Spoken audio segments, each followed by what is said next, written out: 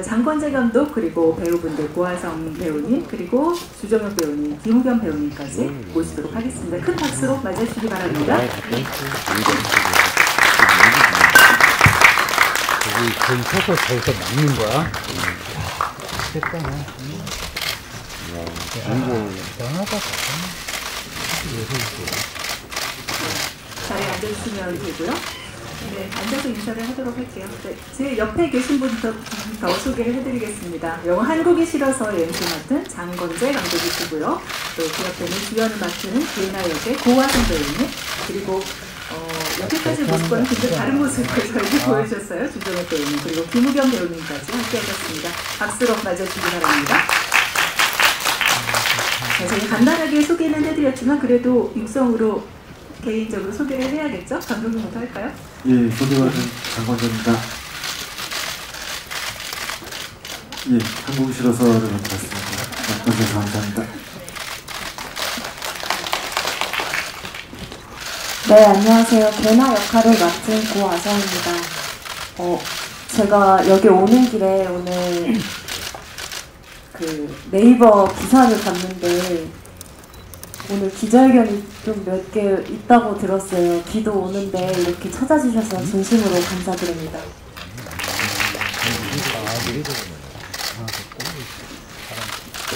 네, 안녕하세요. 저는 개나의 베스트 프렌드 제인 역할을 연기한 주종혁이라고 합니다.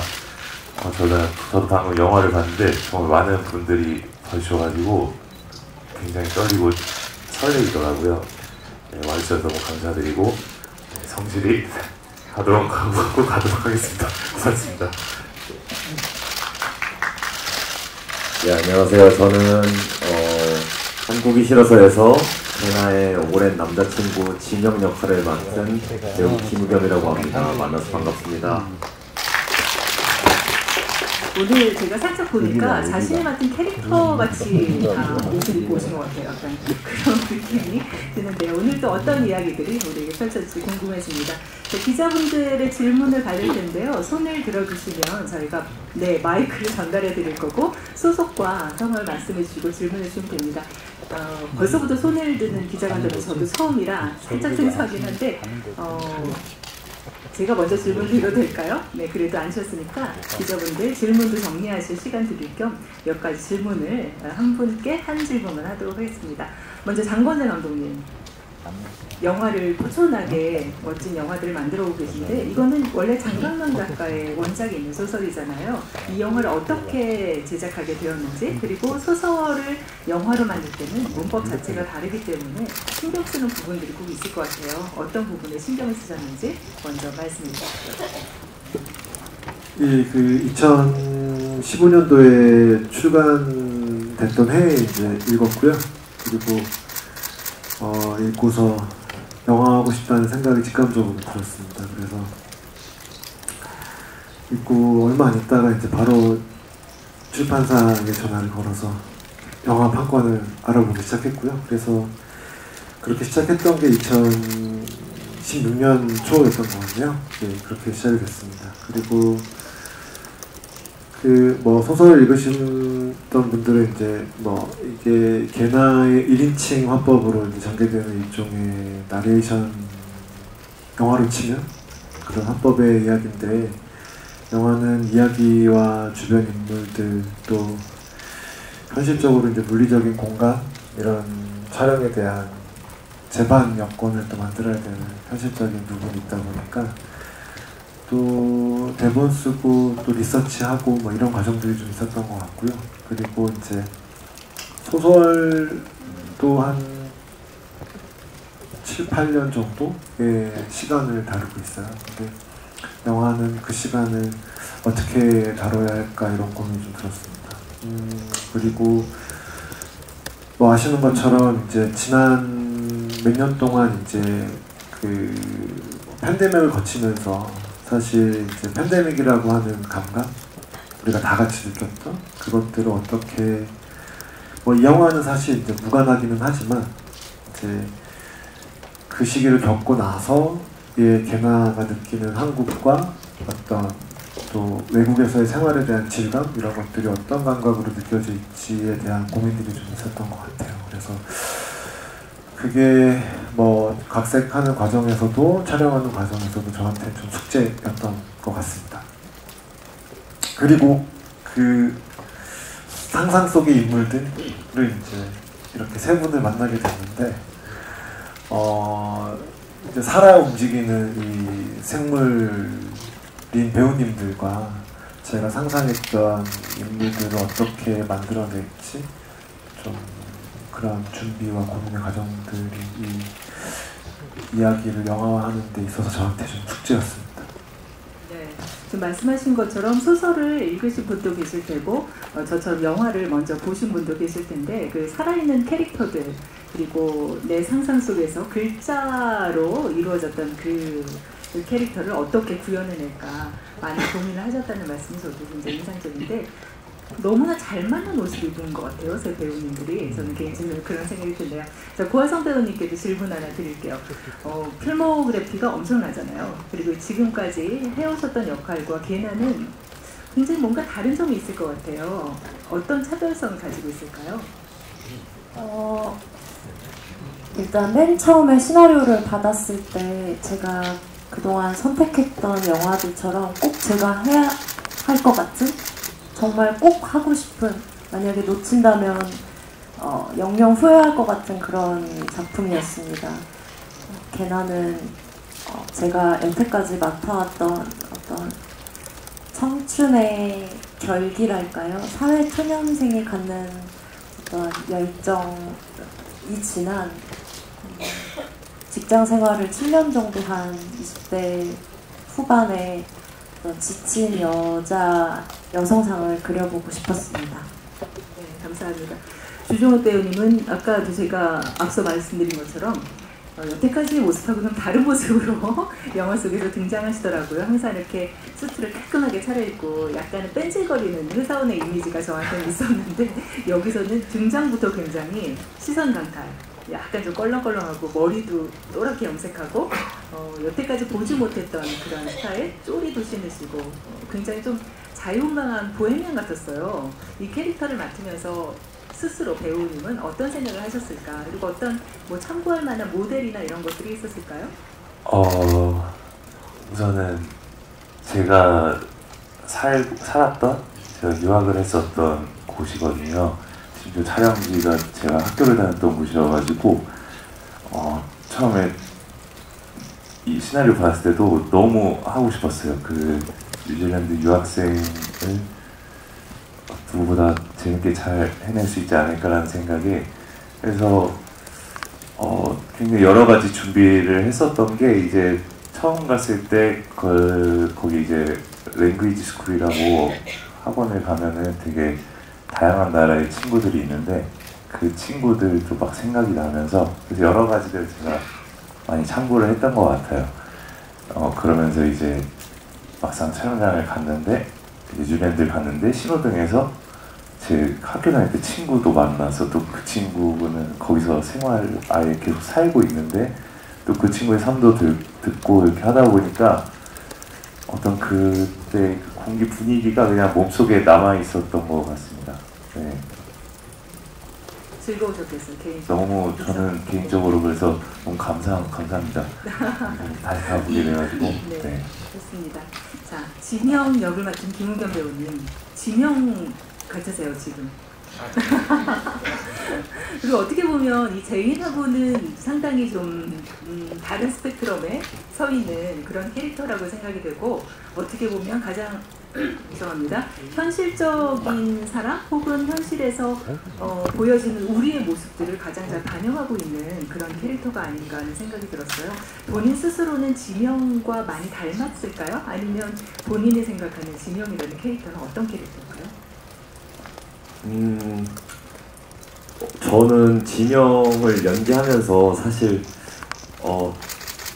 지명과 많이 닮지 않았다 스스로 생각했었거든요. 근데 오늘 방금 기자님들이랑 같이 영화를 봤는데 닮은 것 같아요.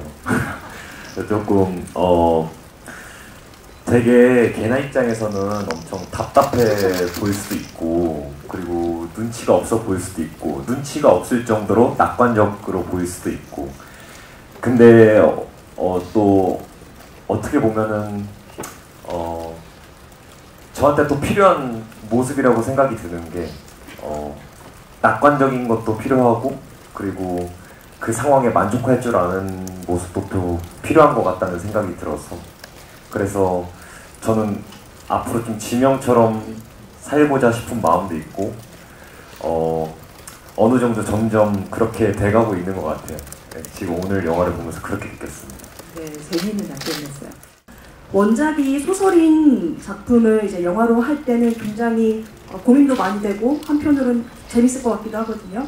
소설 속에서 어떤 부분을 좀 영상으로 만들 때 집중적으로 담고 싶었는지 그런 어떤 장면이 가장 감독님의 마음을 붙든 그런 소설 속의 대목이 있다면 어떤 게 있는지 소개해 주시면 좋을 것 같고 고하성 배우님께서는 이 작품에서 가장 눈에 띄었던 게 게나가 한국에서 회사 생활을 할 때랑 뉴질랜드에 가서 지냈을 때랑 완전히 이제 다른 인물이 되는데 그거를 굉장히 잘 표현해 주신 것 같아요. 이 작품 처음 이제 시나리오 받고 나서 분석을 하실 때 이번에 이 영화는 어떻게 내가 연기를 해서 필모그래피에 남길까 이런 생각하셨을 것 같은데 어떤 생각으로 준비하셨는지 조금만 더 구체적으로 말씀해 주시면 좋을 것 같습니다. 예, 그 소설의 어떤 장면이나 어떤 대사라기보다는 그 소설을 읽으면 그 이국의 어떤 냄새 이런 것들이 있거든요. 그래서 이제 사실 그거는 표현하기 되게 어려운데 그래서 영화화 하면서도 이제 그런 부분이 되게 어려웠어요. 어떻게 보면 어떤 묘사는 글이 더 수월한 부분이 있다고 생각이 들었거든요. 그래서 제가 아까도 좀 말씀드렸지만 게나가 이제 새로운 어떤 공간으로 이동하면서 좀 자신의 일상을 좀 삶을 좀 환기하거나 되돌아볼 수 있는 그런 순간들을 만나면 되게 좋겠다. 저는 소설에도 이제 그런 지점들이 있다고 생각하거든요. 이렇게 막 묘사하고 있진 않지만 그래서 이제 그거는 이제 제가 어떻게 보면 저의 한계일 수도 있는데 좀 만들면서 찾아봐야겠다 이런 생각을 했었어요. 그래서 이제 이게 아마 작업이 좀 그런 과정이 될 것 같다고 생각을 하면서 찍었고요. 그리고 그 영화로 옮기진 않았는데 저 소설의 좀 마지막 대목을 좀 좋아하거든요. 그 소설에서는 게나가 그 영주권과 시민권을 받아요. 그래서 이제 무대는 저희 영화처럼 뉴질랜드가 아니라 호주거든요. 시민권을 받고 그 지역의 그 게나처럼 이민자 2세 아이한테 영어와 한국어를 가르치면서 이렇게 끝나는 대목이 있거든요. 그 장면이 이제 완전히 자신의 삶을 다른 공간으로 바꿔서 새로운 어떤 삶으로 어떻게 보면 뭐 한국의 기준으로 보면 좀 계층을 좀 달라지긴 했지만 좀 거기서 오는 약간의 좀 쓸쓸함과 통쾌함이 동시에 있거든요. 그래서 그 감각을 좀 영화로 옮겨올 수 있을까? 가능할까? 그리고 또 저한테는 그게 내가 왜 그 영화에 이식하고 싶은 어떤 부분이 있지? 뭐 이런 질문들을 하면서 영화를 만들었던 것 같습니다. 네, 저는 게나의 수년간의 시간을 담기 위해서 한눈에 보이는 어떤 변화를 주려고 많이 노력을 했었습니다. 교포 메이크업이라던가 아니면 이 뉴질랜드에서 생활을 한다면 기본적인 피부부터 달라지지 않을까 해서 실제로 태닝을 해봤습니다. 처음으로. 네, 안 그래도 지금 저도 기자님 질문해 주신 거 굉장히 궁금했거든요. 사실 걔네가 한국에 있을 때와 뉴질랜드에 있을 때가 뭔가 다른 느낌이어야 하잖아요. 그렇지 않으면 감독님도 지금 지적해 주셨듯이 여기가 한국인지 그냥 세트인지 잘 모를 수가 있단 말이죠. 그 분위기를 그냥 살짝 피부가 태닝된 걸 저도 느끼겠더라고요. 그리고 옷 스타일도 조금 더 편안한 면 소재 그 짧은 뭐 반바지를 입는다든지 해서 조금 더 자유로운 분위기, 억눌렸던 그런 게 많이 사라진 듯해서 그것만으로 저는 장소의 이동, 공간의 이동이 느껴지더라고요. 네, 맞습니다. 제가 영화 속에서 뉴질랜드에서 입는 의상은 다 현지에서 구입해서 입었던 거고요. 스태프분들이 많이 도와주셔서 영화 속에 담긴 모습을 구현할 수 있었던 것 같습니다. 네. 영화의 대사에서도 나왔지만 소위 헬조선 단문을 떼어놓고 영화를 이야기할 수 없을 것 같은데 감독님께서는 영화에서 이 헬조선이라는 부분을 다룰 때 이 점은 유의해야겠다라고 중점을 두고 연출하신 부분이 있는지 궁금하고, 다음으로는 감독님과 고화성 배우분이 생각하는 엔딩씬의 의미에 대해 들어보고 싶습니다.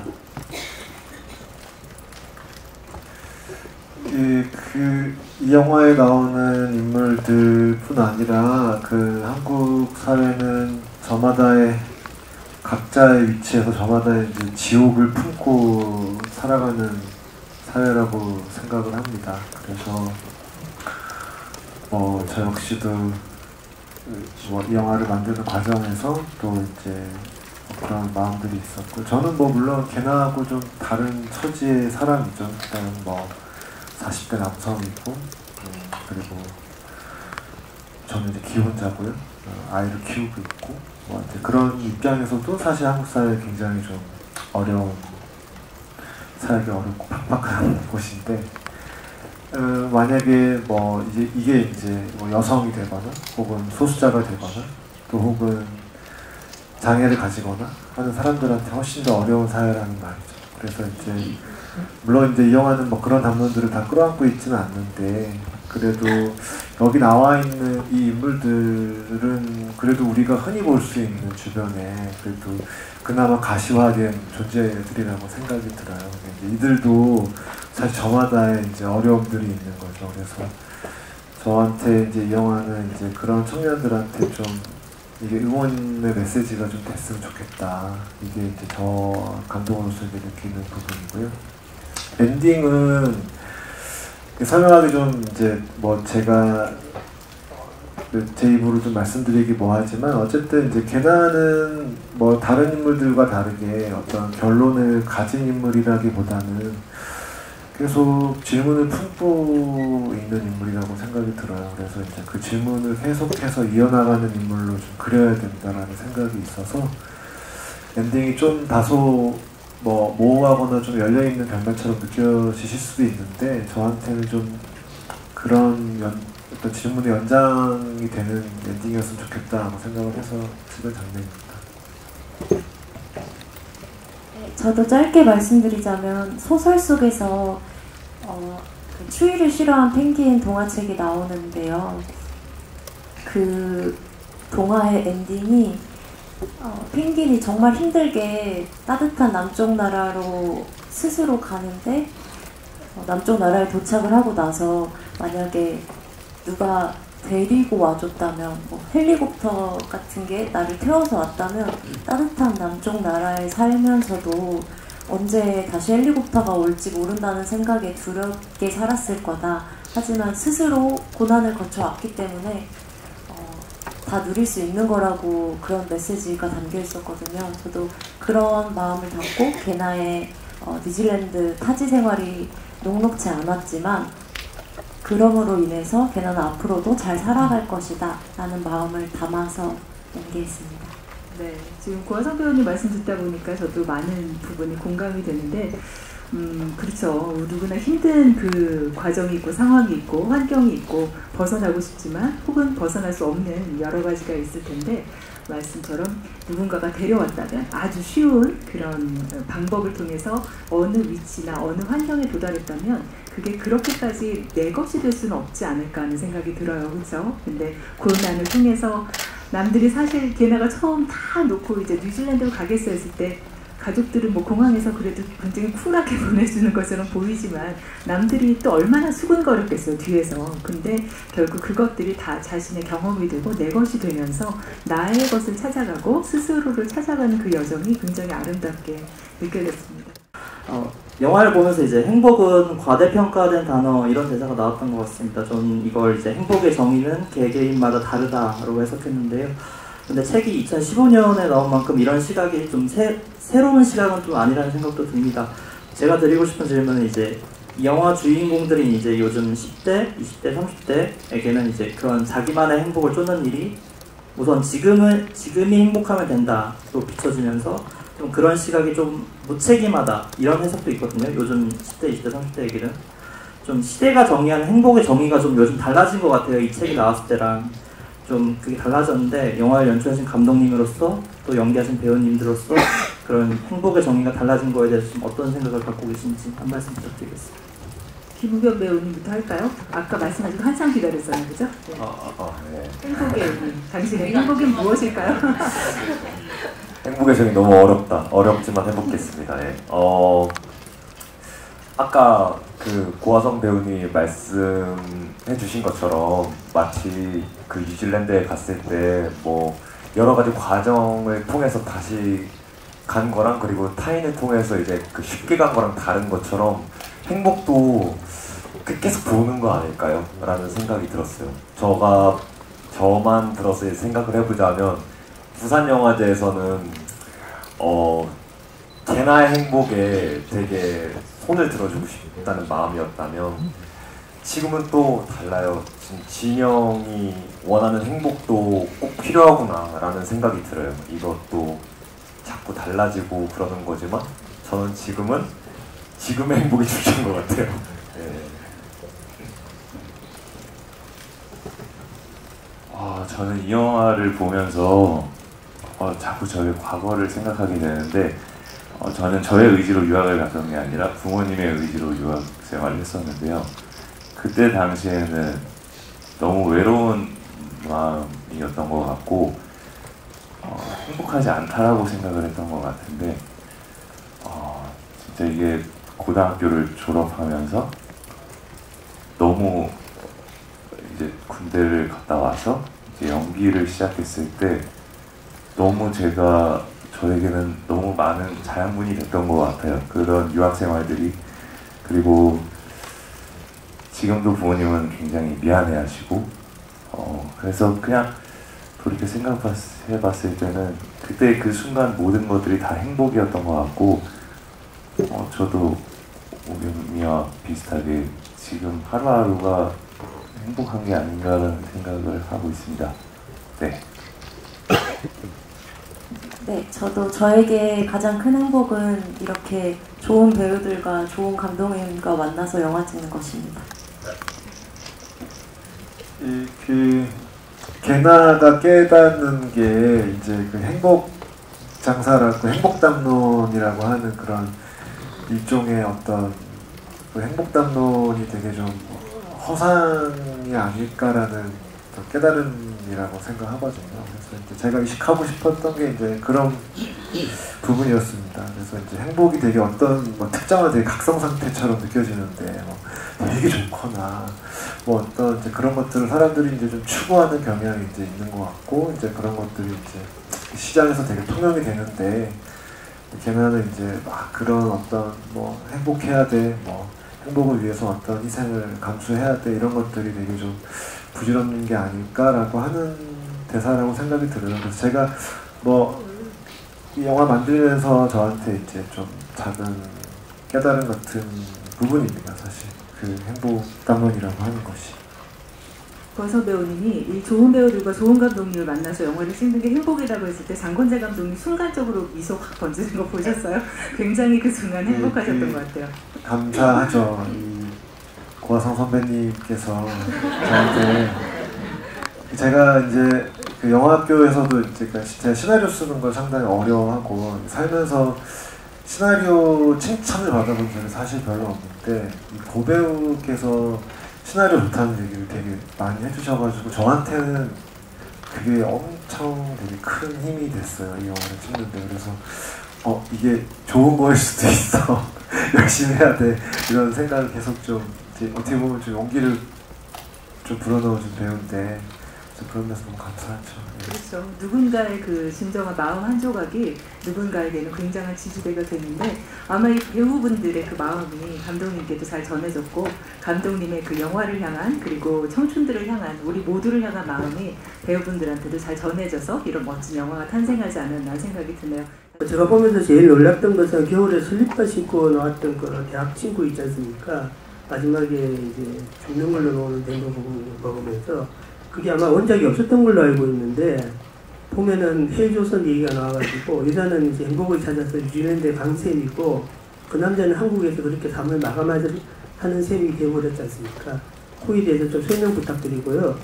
또 하나는 그 유학은 남편이 지진에 대해서 아주 과민 반응을 보이고 있는데 그 의미는 대강 짐작할 수 있을 것 같습니다. 혹시 그것 때문에 뉴질랜드가 아니다 호주에서 찍었는지 그것도 같이 좀 설명 부탁드리겠습니다. 예, 뭐 뉴질랜드 지금 이 환태평양 도래고리가 다 들끓고 있는데 그래서 이제 뭐 일본도 상당히 비상사태잖아요. 뉴질랜드도 한 10년 주기로 큰 지진이 납니다. 그래서 뭐 뉴질랜드 이제 로케이션 헌팅 가서 이제 뭐 그런 좀 것들 좀 보면서 어떤 이야기들을 좀 모으는 과정이 있었고요. 그래서 이제 좀 탄생한 씬입니다. 그 한인 가정 장면 같은 경우는 물론 원작에는 없고요. 그리고 경윤이라는 인물은 이제 뭐 걔나 대학 동창이에요. 그 대학 동창이고 사실 뭐 걔나하고 관계하는 여러 사람들 중에 한 명이고 뭐 어떻게 보면 걔나한테 그냥 한번 계속 스쳐 지나갈 수 있는 인물인데 이제 영화 후반에 뭐 갑작스럽게 아마 연락을 받게 되겠죠. 그렇게 이제 잘 지냈을 거라고 잘 지냈으면 좋겠다고 생각되는 친구의 죽음일 텐데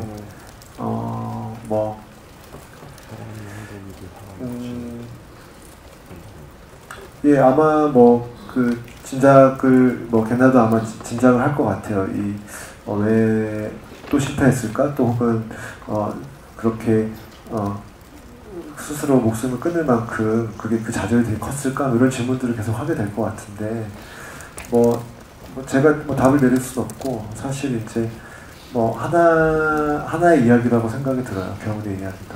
그 소설에서는 이제 경훈이라는 동명의 인물이 등장을 합니다. 이제 의학전문대학원 의전원 다니는 친구로 등장을 하는데 여기서는 좀 이제 뭐 말하자면 이제 공시생 오랫동안 좀 준비했던 인물로 등장을 하고 그리고 뭐 아시겠지만 뭐 20대 사망률 1위는 자살이에요. 그리고 40대 사망률 1위는 암입니다. 그래서 여기는 영화에서 2명이 죽어요.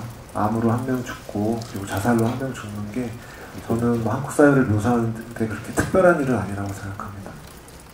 감독님한테는 사실은 제가 처음에는 이제 뭐 이 영화의 메시지를 여쭤보고 싶었는데 이미 이제 사전에 다 질문이 나와서 저는 이제 지금 답변을 들으시면서 문득 생각난 게 지금 우리 사회가 저마다에다 지옥에 살고 있다 이런 말씀이 굉장히 제 인상에 와닿거든요. 그럼 감독님께서 생각하시는 40대 중반 남성의 우리 사회의 지옥은 어떤 것일까가 좀 궁금하고요. 그럼 그게 만약에 우리 사회를 벗어나면 그 지옥이 없을 거라고 생각하시는지가 좀 궁금합니다. 그리고 고화성 배우 같은 경우는 그 왜 펭귄 파블로가 있잖아요. 파블로는 굉장히 강한 원인이 있잖아요. 따뜻한 곳에 가고 싶다. 추위가 싫으니까. 그러면은 걔나 같은 경우는 그런 동인이 있을 것 같거든요. 파블로 같이. 그러면은 그 동인이 뭐라고 생각하시고 걔나를 연기하셨는지가 좀 궁금하고 또 혹시 괜찮으시면 개인적인 배우로서 개인적인 그런 동인이 있다면 말씀 부탁드리겠습니다. 예, 뭐 저는 뭐 사회운동가가 아니라 영화 창작하는 사람이기 때문에 뭐 제가 느끼는 이 고통스러운 이 저의 삶의 진료와 질감을 창작으로 좀 승화를 하고 싶습니다. 그래서 제가 살고 있는 지옥을 고백하는 게 상당히 좀 난감합니다. 근데 뭐 사실 뭐 아마 거기에 공명하셨다면 뭐 아마 또 저하고 뭐 이렇게 접속되는 부분이 있으시겠죠. 그래서 뭐 저의 고충은 뭐 그런 거죠. 뭐 이 사회가 갖고 있는 정상성에 대한 어떤 강요? 뭐 이런 게 아마 가장 여전히 사실 그거는 20대 청년들도 되게 그런 부분 때문에 고통스러워 하는데 40대 중반이 돼도 여전히 적응이 안 되는 부분이라고 생각을 합니다. 계속 생각을 했는데 답을 못 찾았어요. 저는 일단 걔나는 펭귄과 똑같이 추위가 싫어서 벗어났다고 생각을 했고요. 저는 개인적으로 잘 모르겠어요. 죄송합니다. 네, 고화성 배우님 말씀이 아마 그런 내용이 아닐까 싶어요. 그러니까 실제로 개나도 추위에 약했을 것이다. 근데 그 추위가 단순한 추위가 아니라 그 심리적인 추위, 또 상황이 여러 가지 추위 이런 걸 다 내포하는 것 같은데 그런 추위를 피해서 뭔가 따뜻한 거 온기가 필요하지 않았을까 그런 생각이 들더라고요. 네, 맞습니다. 너무 감사합니다. 네, 또 질문 받겠습니다. 네, 마이크 전달해 주세요. 우선 이게 그 무국제 개막작으로 먼저 이미 한 차례 상영이 됐는데 영화제 버전과 극장 개봉 버전이 다른 점이 있다면 어떤 것인지 궁금하고 무국제에서 그 관객들과 대화하면서 인상 깊었던 그런 피드백이 있었다면 공유를 해주시면 좋겠고요. 또 영화에 그 가수 김뜻돌 씨와 또 특별 출연으로 정일랑 씨가 출연을 하셨는데 그 두 분을 어떻게 섭외를 하게 되신 건지 궁금합니다. 그 부산 버전 이후에 이제 가장 수정 많이 한 부분은 이제 음악 부분이에요. 그래서 음악 감독님이랑 한 몇 곡을 좀 더 작업했고요. 그리고 좀 수정된 부분들이 좀 그 소리의 작업들을 좀 다시 했습니다. 그리고 편집은 차이는 없고요.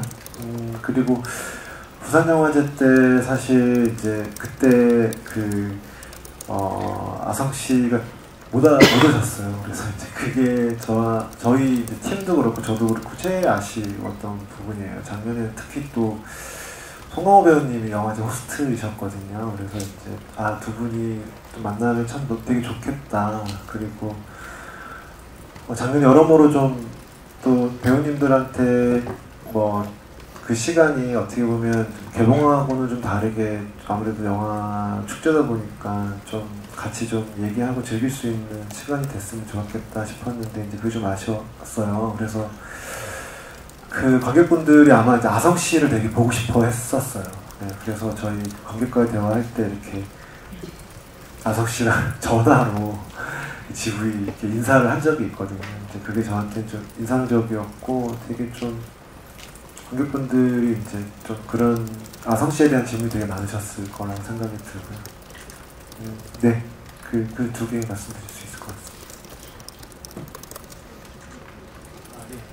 뜻돌씨 제가 이제 이 작업하면서 좀 기존의 배우들이 아니라 다른 분야에 있는 좀 예술가들하고 좀 작업을 해보고 싶었거든요. 그래서 이 개나의 동생은 좀 다른 어떤 좀 질감을 갖고 있는 배우랑 해보고 싶어가지고 저희 조 감독님하고 좀 특히 이제 음악씬에 있는 분을 찾았어요. 그래서 김뜻돌 배우 이제 좀 그런 시도를 좀 해보고 싶었고요. 그래서 이제 여러 배우님 어떤 예술가들 중에서 이제 김뜻돌 씨가 갖고 있는 또 어떤 좀 상징성이 있는 음악가 같다는 느낌을 받았거든요. 그래서 굉장히 부지런한 뮤지션이라 여기 나오는 이제 미나 같은 캐릭터하고 되게 상반되는데 근데 또 영화 후반부에 이제 또 뮤지션 애인과 관계하는 장면들이 있어가지고 또 그런 연기를 하는데 좀 잘 어울리겠다고 생각이 들었습니다. 그리고 정일랑 배우님은 이제 언젠가 해보고 싶은 배우였어요. 네, 언젠가 해보고 싶었던 배우였고 그런 어떤 사람을 설득시키고 호소하는 어떤 그런 역할로 어떻게 보면 좀 약간 거칠게 표현하면 그 행복담론의 장사, 약장수 같은 사람으로 나오기에 되게 재밌지 않을까. 좀 난데없는 장면에 등장을 좀 해보고 싶었는데 선뜻 오케이 해주셔가지고 같이 작업할 수 있는 기회를 얻게 됐습니다. 네, 감사합니다. 감독님이랑 새 배우분께 먼저 이제 부국제 개막작이었다가 이제 드디어 개봉을 짓게 됐는데 거기에 대한 소감 궁금하고 벌써 이제 감독님께서 살짝 언급해 주셨지만 아성 배우가 그때 함께하지 못해서 저희도 물론 되게 아쉬웠는데 본인은 어떠셨는지 궁금하고요. 그리고 그 조정석 배우가 김우겸 배우는 이제 아성 배우가 워낙 영화적 필모가 또 상당한 배우잖아요. 또 함께 해보신 소감 궁금합니다. 네, 김우겸 배우님도 할까요?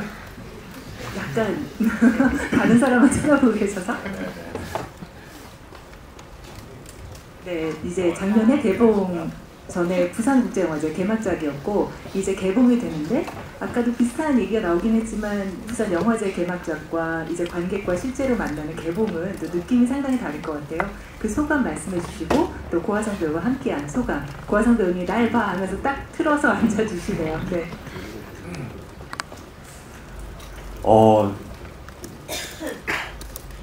부산 영화제에서도 너무 기분이 좋았지만 가장 다른 점은 아성 누나랑 같이 이제 여러분들 앞에 누나 아니잖아요.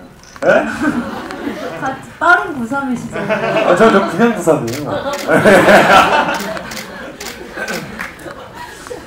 건말을 우리가 써가지고 아니 근데 어쨌든 이렇게 같이 아성 배우님과 같이 이 자리에 쓸 수 있다는 게 제일 큰 다른 점인 것 같고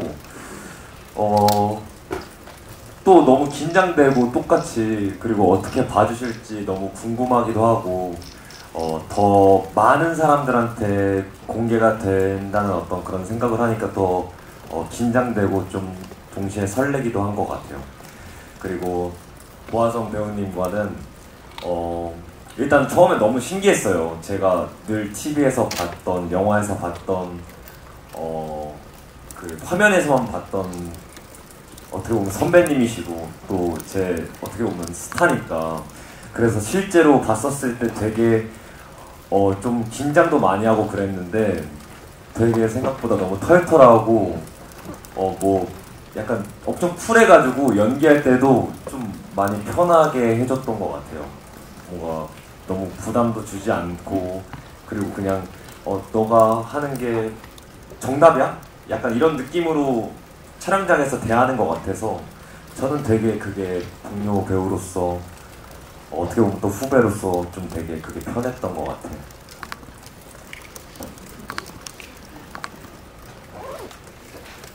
저도 우경이와 마찬가지로 이 고아성 선배님께서 부엌에 안 나오셔가지고 정말 진땀을 많이 빼고 오늘 이렇게 이 자리에 함께 있으니까 너무 든든하더라고요. 그래서 확실히 아성이는 의지가 되는 친구구나라는 생각이 들었고 이게 친구 아니잖아요. 네. 어리잖아요. 동생이라는 생각이 들었고 미안합니다.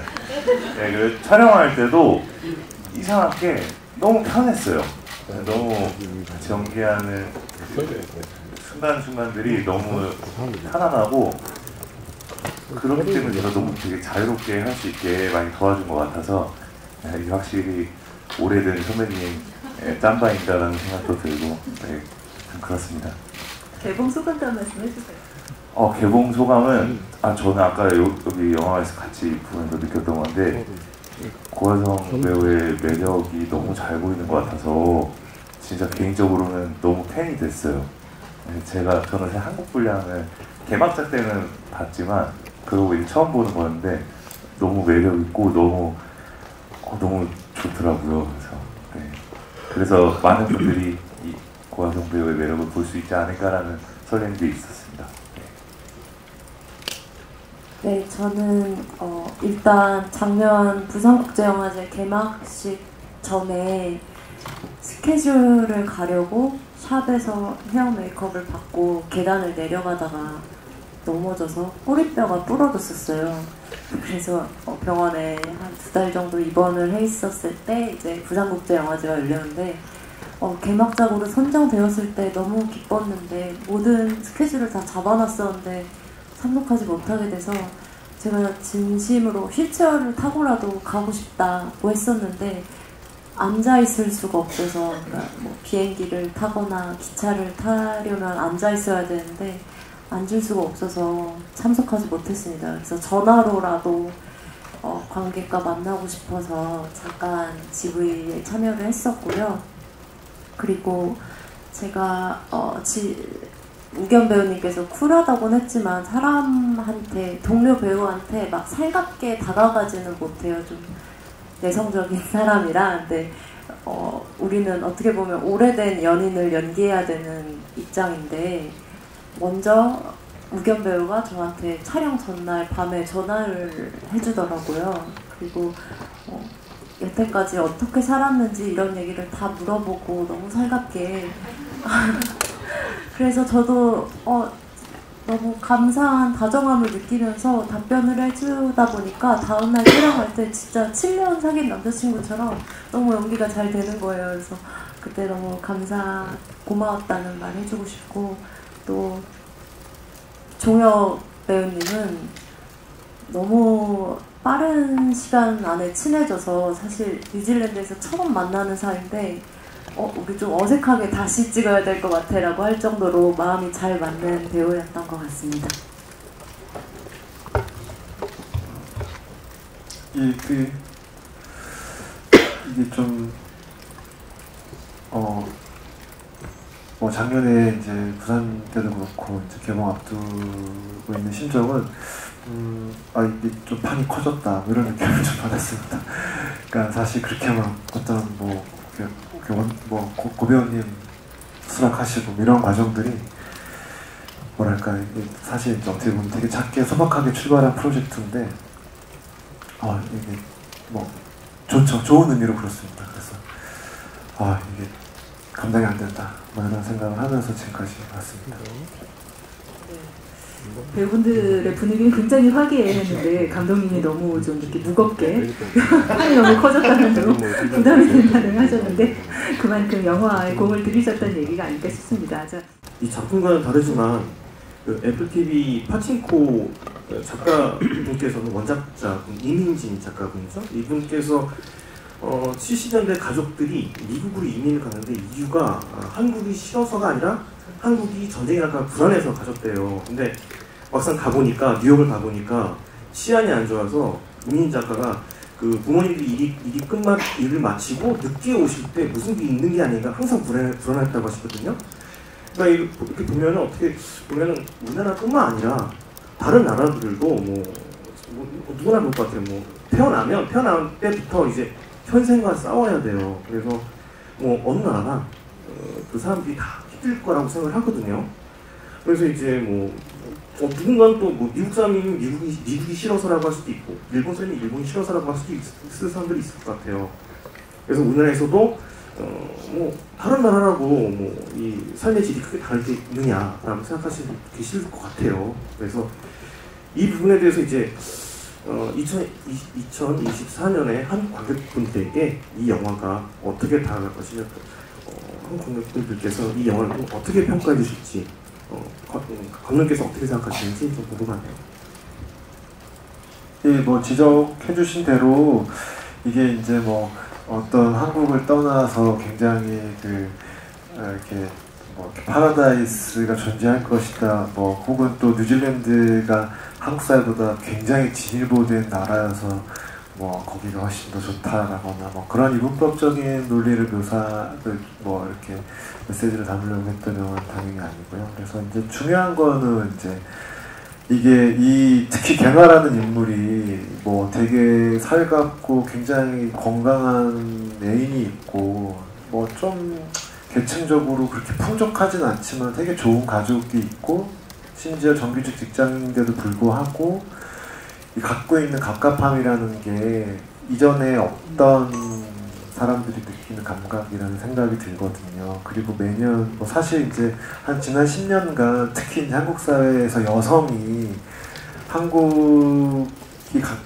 사회에 갖고 있는 피로감이라는 게 엄청나다는 거를 아는 게 되게 중요하다고 생각이 들었었어요. 그래서 이제 개나의 선택에 좀 주목을 해야 된다고 생각이 들었고, 또 한편으로는 이제 한국 사회에서 가지는 이 고통과 고난의 어떤 그 경험들을 굉장히 세세하게 묘사하는 게 또 이 영화의 목적은 아니었거든요. 그리고 또 뉴질랜드에 가서 생활이 굉장히 낭만화된 어떤 생활을 묘사하는 것도 목적은 아니었어요. 그래서 이제 그렇다면 저한테 목적이 뭐냐라고 물어보실 수 있겠는데, 아까 다시 앞서 말씀드렸던 것처럼 이제 삶의 집안을 바꾸면서까지 시도하려고 했던 그 의지가 뭔지, 그리고 이제 그 찾는 과정에서 느끼는 감정들, 어떤 세계관들, 그리고 또 저는 이제 사실 개나한테 이제 영화에 있는 개나를 보고 있으면 계속 저는 이제 저가 하는 메시지는 있어요. 제가 이제 관객들한테는 아니지만 개나한테 하는 주문은 있거든요. 특히 떠나는 마지막 개나한테 살아있어야 된다, 살아남아야 된다, 살아있으라. 이게 제가 개나한테 하고 싶은 메시지입니다. 이 영화는 개나라는 좀 방황하는 청춘을 다루는 작품인데, 감독님은 40대 남성, 그러니까 한국 사회에서 흔히 얘기하는 주류나 뭐 담론을 이끌어가는 사람들이라고 생각도 들고, 고화성 배우님은 30대 초반의 여성이지만 아역 배우 출신으로서 어떻게 보면 감독님이 선배님이라 부를 만큼 그 부장급이라고 해야 되나? 그러니까 이런 방황하는 시기를 아역 때 거쳐 오신 다음에 현재는 좀 안정적인 상황에 이르신 분처럼 그 업계에서는 좀 비춰질 수는 있어서, 연기를 하면서 혹시 꼰대 같은 시각으로 개나를 좀 이렇게 한심하게 보진 않았나. 뭐 좀 버티면 될 텐데, 그 영화에서 나오는 이제 어른들의 시각처럼 조금만 버티고 지나면 안정적인 삶을 찾아올 텐데, 그 시기를 좀 버티면 어떨까, 이런 좀 고민이 들진 않았는가 감독님이나 고화성 배우님한테 좀 질문 드리고 싶습니다.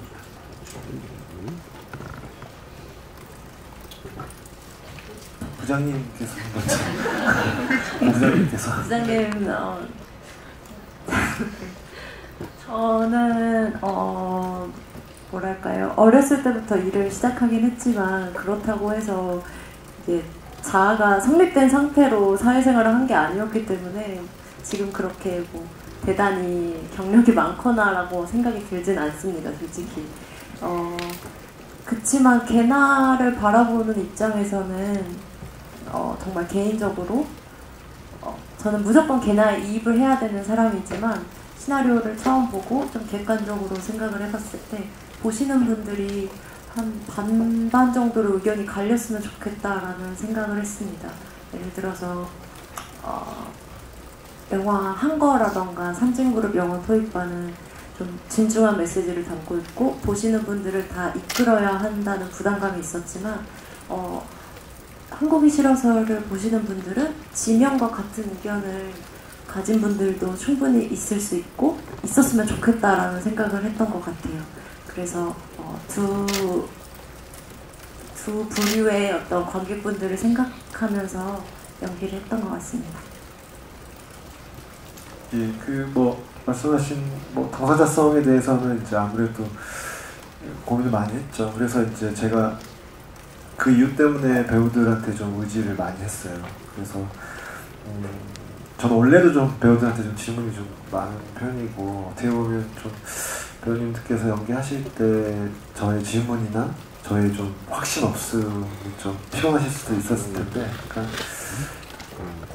이제 뭐 이 인물에 이렇게 다가가는 저만의 방식이었던 것 같거든요. 어떻게 해야 되는지, 이 인물이 지금 어떤 상태에 놓여 있는 것 같은지, 그러니까 배우라는 그 필터를 통해서 이제 계속 저도 이제 찾는 과정이어가지고요. 근데 이제 뭐 감독으로서 이제 이 인물이 뭐 그럴 것이야, 뭐 어떤 행복을 찾는 어떤 뭐 그런 확신을 가지고 사실 인물을 막 캐릭터라이징 하진 않았거든요. 저도 이제 이 인물들을 만들 때. 그래서 근데 이제 다만 이제 이 배우님들에게 옷을 입어서 갈 때 어떤 효과는 좀 기대는 했던 것 같아요. 그러니까 이제 그걸 통해서 이 인물들을 내세웠을 때, 물론 이제 고화성이라고 하는 되게 아이코닉한 한 인물이 한국의 20대 여성을 대변할 수 있는가? 라는 질문에서는 그가 가지고 있는 스타성, 고화성이라고 하는 어떤 이름이 있을 텐데, 하지만 사람들은 또 고화성이라고 하는 배우를 통해서 아마 분명히 감정이입하고 하는 부분이 있을 것이다.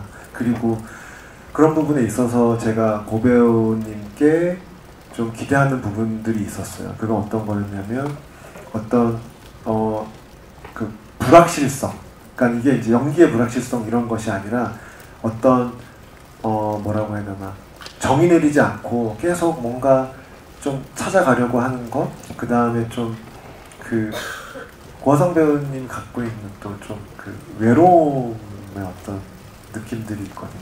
제가 이제 개나한테 좀 만들어내고 싶은 어떤 부분이었는데, 그런 좀 쓸쓸함? 이런 것들은 좀 고화성이라고 하는 어떤 육신을 통해서 좀 표현됐던 것 같아요. 그래서 이제 제가 뭐 갖고 있지 못한 어떤 당사자성 혹은 어떤 질문들이라고 하는 건 배우님들을 통해서, 종혁 씨 같은 경우도 당연히 이제 뉴질랜드에서 생활했고 그런 경험들이 있었기 때문에 지금은 이제 돌아와서 배우 생활을 하지만, 아마 계속 계셨다면 제인 같은 인물이 돼서 약간 계속해서 거기서 계속 유학 오는 애들 이렇게 좀 괴롭히면서 지내지 않았을까. 뭐 약간 사기치고 이런 거 있잖아요. 중간에서 브로커 역할하고 뭐 이런 인물들 있잖아요. 유학비 중간에서 가로채고 뭐 이런. 우겸 씨 같은 경우는 이제 그런 측면에서 봤을 때 좀 어떻게 보면 이제 좀 뭐 보수적인 어떤 측면에서 봤을 때. 근데 저는 이제 김우겸 배우의 얼굴을 보고 있으면 좀 어떤 그가 좀 보수적인 어떤 인물이라 하더라도 신뢰가는 인물이거든요. 저한테 김우겸 배우가 갖고 있는 어떤 좀 건강함이라고 하는 것이. 그래서 김우겸 배우의 육신을 통해서 어떤 이런 것들이 표현이 되면 좀 납득이 될 수 있겠다. 그렇다면 인물의 개나를 좀 붙잡을 수 있는, 개나가 떠나지 못하는, 되게 마지막까지도 고민하는 어떤 내 뒷덜미를 계속 잡고 있는 어떤 이유가 될 수 있겠다. 뭐 이런 것들을 이제 제가 배우들을 통해서 좀 표현하고 싶었습니다. 제가 40대 중반 아저씨이기 때문에 그런 고민들이 있었습니다. 네, 감사합니다. 고화성 배우님 말씀 중에 그 이야기거리가 있는 것을 얘기하셨는데, 사실 좋은 영화는 그거잖아요. 영화를 다 보고 난 후에 더 많은 이야기가 생겨나는 것, 그리고 더 큰 이야기가 궁금해지는 것인데, 그런 측면에서 이 한국이 싫어서는 제목은 싫다고 얘기하지만 사실 우리에겐 참 많은 이야기거리를 던져주는 좋은 영화가 아닐까 하는 생각이 들었고요. 그리고 아까 장건혜 감독님 답변 중에 게나에 대한 주문이 하나가 있었다. 살아남으라 라는 게 굉장히 크게 저한테 다가오더라고요. 그래서 이 영화는 우리는 서로 다르니까, 나는 이곳이 싫으니까 떠나고 나누고 분열이 되고 분리되는 것이 아니라 살아남으라는 이 하나의 그 문장 하나로 서로 연대하고 서로 함께 손을 잡아줄 수 있는 그런 말씀과 마음을 전하고 싶었던 건 아닐까 하는 생각이 들면서, 이 영화는 바로 우리에게 그렇게 어느 나이대를 살아가는지, 어떤 처지에 있든지, 어느 곳에 있든지 그런 위안과 응원 한 조각을 던져주는 영화가 아닐까 그런 생각이 들었습니다.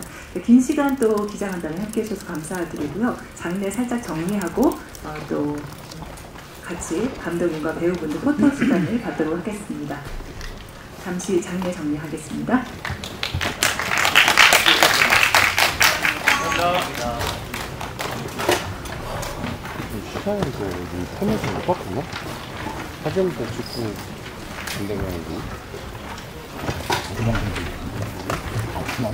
뭐 화이팅을 해주셔도 좋고, 서로 좀 친하게 찍으셔도 좋고 네, 몰아주게 해주셔도 좋고, 네, 좋습니다. 나한테는 그게 진짜 행복이야.